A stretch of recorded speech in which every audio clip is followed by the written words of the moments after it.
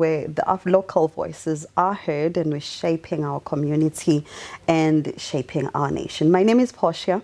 So let's look into the matter or the series that we are currently just shooting in a rolling segment. First and foremost, the CRL, the committee, it's a very long acronym, the CRL Rights Commission. It stands for issues like your religion, it talks about your linguistics, it talks about the rights of the tradition. So it covers all those. Now, here we are. First and foremost, this came like, I believe it was around 2016, if not 2017, that's the commission is putting into practice the regulations. They first, I think that one came with the traditional healers. It was a big issue where traditional healers wanted to be part and parcel of the health sector. In terms of they wanted to be able to go to inside the hospital and treat their patients and so forth. I remember also during the time, there were a lot of this and that, the back and forth. That went through and they were regulated. They were given regulations of how they can be able to be associated. We know right now that they hold certificates.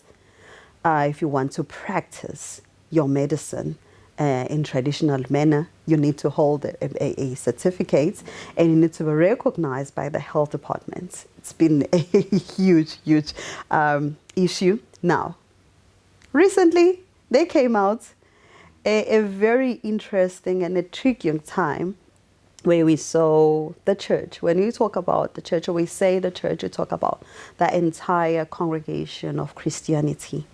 But the CRL is not regulating only Christianity.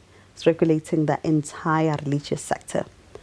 When we spoke to the CRL chairperson or the CRL chairperson Mkhwanazi, she said they've put together a committee from your Shembe church, from your traditional charismatic churches, from she called OZCC and so forth, including the evangelistic churches and so forth. Now, here is where the challenge rises. Charismatic churches always had their own order. If you are from the Roman Catholic, there are rules and regulations that are followed there. And when you come to the Lutheran, they also have their own rules and regulations within. Now, here comes a big part that have different denominations. You will call them evangelistic, you'll call them charismatic, you'll call them non-traditional churches, you'll call them the New Age churches. There's different. But there's ministries as well. There's a part of so much congregation which is now at times unknown who actually is responsible for this church. For an example, I was born and bred at the AFM church. The AFM church, it has a head. You'll have the national structure, you have the provincial structure, then you have the local structure, then you have your pastor, then you have the local structure from within your branch. Now, there are churches that don't have that structure. Who are they reporting to? So the CRL says they want these to be, there needs to be a formality that needs to take place. When they could call it, he said they've put together a committee, the committee rather, not a committee, the committee that is going to take care of making rounds around the country. I think the first one, or if not, I'm not certain, I haven't not checked, but I know on the 3rd, they said they're coming to Durban. They'll be here in Durban. Whereabouts, we're still going to find out. We'll mention in one of our episodes where they'll be coming. That committee will be coming to sit down with the churches and church leaders to say, what do you want? What would you like to see? And who is supposed to be where? How do you know that gentleman there or that lady there who leads that particular? It sounds notable, and it sounds like something that should have been done from the very beginning. We do know, however, that churches, if you are running a church, it needs to be registered as an NPO, as an NGO, right?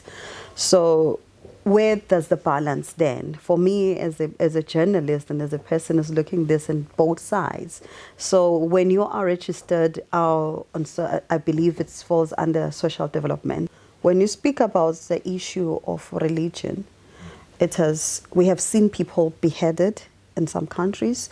We have seen people having to take side, either or, you know. I fully understand, and would say, why did the SACD stood up and said, we are going to stand for the church, we are still going to stand for God.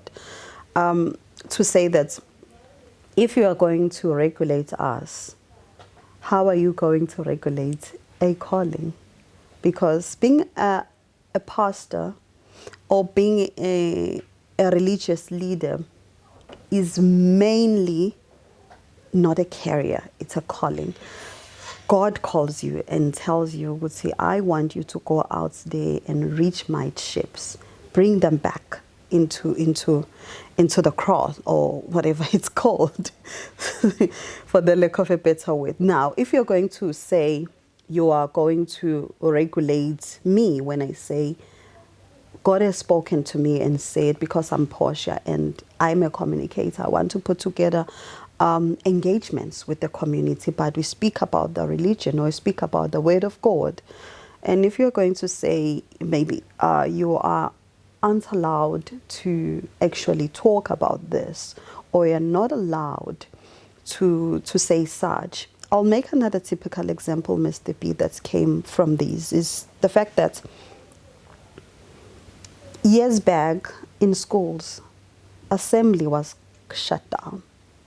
Just children or pupils in this matter gathering every morning and say a prayer, a thanks, a prayer of asking God's protection, and pupils go back to class. That was shut down. Such organizations like 4SA, they went to court and they actually did make it happen. That everyone is entitled to pray, and that should be opened up. And the government reconsidered it. Now kids are able to pray, but there's still stipulations that if I'm saying I'm not abiding to your God, or I'm not talking on your same language, I'm going to step outside. You understand? That is a right that we are given by the Constitution. It's brilliant for us, because obviously as people, we're not going to all go in the same side and say, because when you love this, I'm also going to be following that. But what we are saying here, or what I'm hearing people saying, are that they don't want the calling to be regulated, which is very correct. The calling is very high. Be it UI Sangoma is the CRL chairperson in one of our clips. You can check it out on the African Echo podcast. She said that the Sangomas are called and everyone is called. Someone on our TikTok page also said, no ways, not everyone is called. Sometimes you see a gap and then you enter that gap, so that needs to be filled, which is, of course, a calling by its own, because you can't see a gap if you're not called. But it's a matter of also how you see things or how you view things. Now, here we are. This week, or rather last week, we spoke to 4SA Executive Director, Mr. Swain.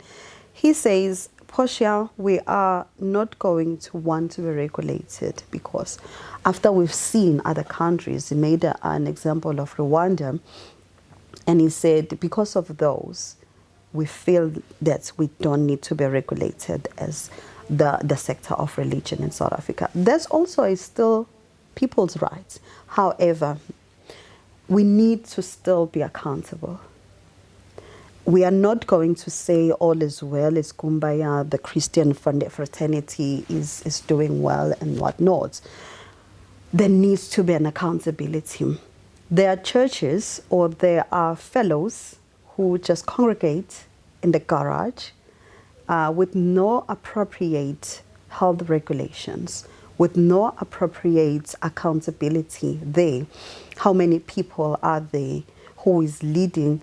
And what is taking place at that is that. What happens if the place blows up? What happens if any incident takes place? And Mr. B, we're not going to shy away to talk about the issues, some issues that have been happening inside the church. I also throw this question to Mr. Swain, the emotional damage sometimes that takes place within the church itself. Now, ethics and accountability, we account God as Christians. But in the world, we still need to put down things on papers and be ethically viable. So when the CRL says that there needs to be some written form, because we can't have Umkhize and have Pile and have Governor and have Van der Merwe on the side. No one knows what they are doing to these people there. And the head count there, it's also very important. She made me think and made me look. She made an example of the African, I'm not going to say in her words, but I do know she was referring to Shembe Church. And she said they know because there's a head count, that they have at least 7 million, if I'm not mistaken, 7 million followers. Are we aware as the evangelist churches, how many are there in the church? Now, there needs to be an accountability here and there. We live in a society when there's data, Mr. V, analysis and so forth. We need to put this into use and ensure there's accountability and ethics, because you're not going to feed people crackers. I said crackers. I'm not going to feed people petrol and paraffin and get away with it. And you're not going to molest young girls just because they're naive at the time and you can get away with this. That's we are not condoning. People need to be accountable. And as a church, we need to stand out for our own. Because if you're not going to stand up for the young girls, if you're not going to stand up for the women, if you're not going to stand up for the abuse, and there's a lot of abuse, but I'm not there today because I'm alone. I'm just mentioning and passing that there needs to be an accountability. But also, the accountability needs to be fair and balanced. And everybody has to have a voice and have a seat at the table so that each will be felt and it will be correct. Yeah.